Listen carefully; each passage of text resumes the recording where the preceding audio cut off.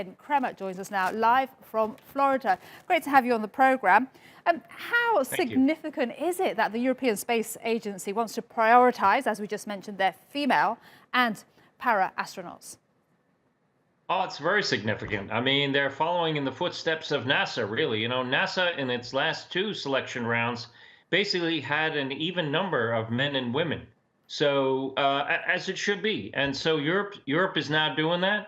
And I think they should be applauded for that. I think they'll have absolutely no problem to do that because there's many qualified women.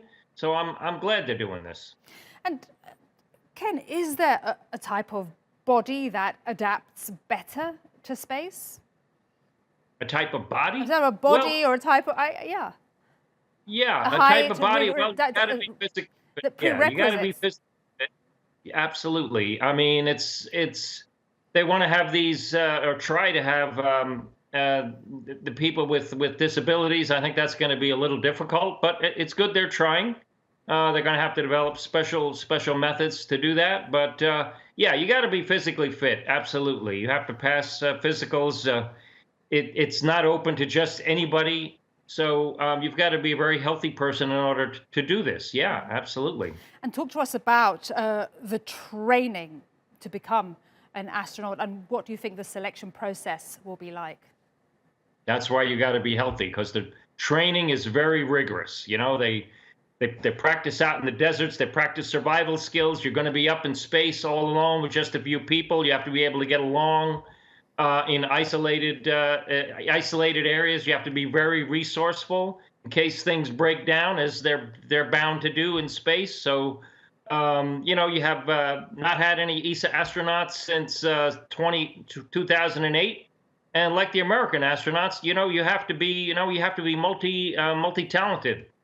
Can't just do one thing. I'm a chemist, but I have training in other areas also. And that's the way these new astronauts will have to be. You have to be multifunctional, not just in your own specific area, because you never know what's going to go wrong, and you got to be a team player, so you have to be able to work with other people. And that leads me to my next point, because you're going to be enclosed in a very small space for, I can imagine, up to months.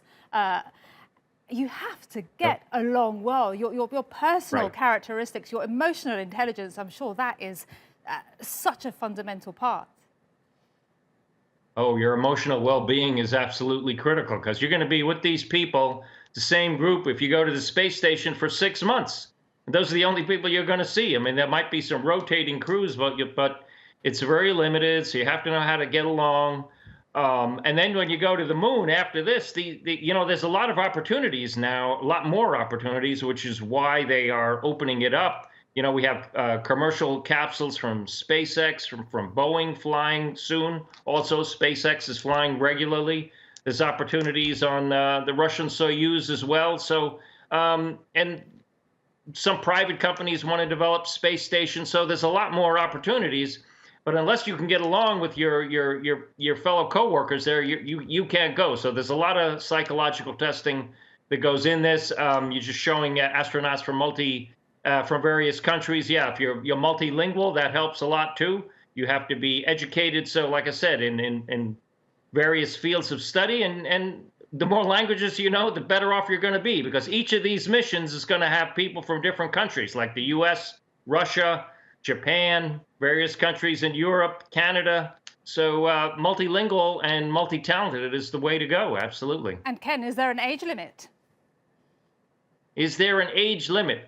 That's a good question. I don't actually know the answer to that. However, we do have people flying in their 60s, and John Glenn, the first American to orbit Earth, was in his late 70s. So, yeah, most of these people are obviously going to be younger, but clearly, if you're in your 60s and 70s, you can fly also. So, but you got to be physically fit in order to do that. So I think it's going to be a wide range of ages that they'll select, but they'll probably focus more on the younger people. Fantastic to get this insight. Ken Kremer, really appreciate your time.